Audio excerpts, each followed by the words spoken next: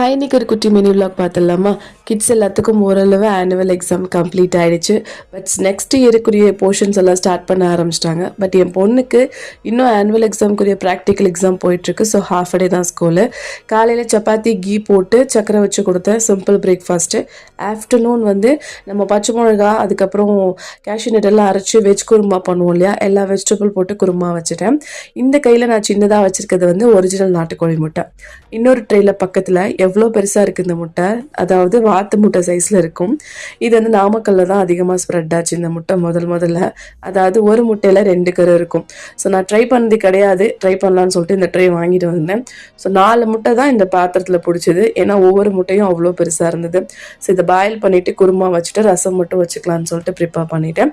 இந்த மாங்காய் சீசனில் என்னென்ன குழம்பு கிடைக்குதோ எல்லா குழம்புலையும் நம்ம போடுவோம், அதாவது மீன் குழம்பு, மெயினாக சாம்பாரில். ஸோ நான் குருமாலையும் மாங்காய் போட்டு வச்சுட்டு ப்ரிப்பேர் பண்ணி வச்சுட்டு கொஞ்சம் வெளியில் வேலை இருந்தது வந்துட்டேன்.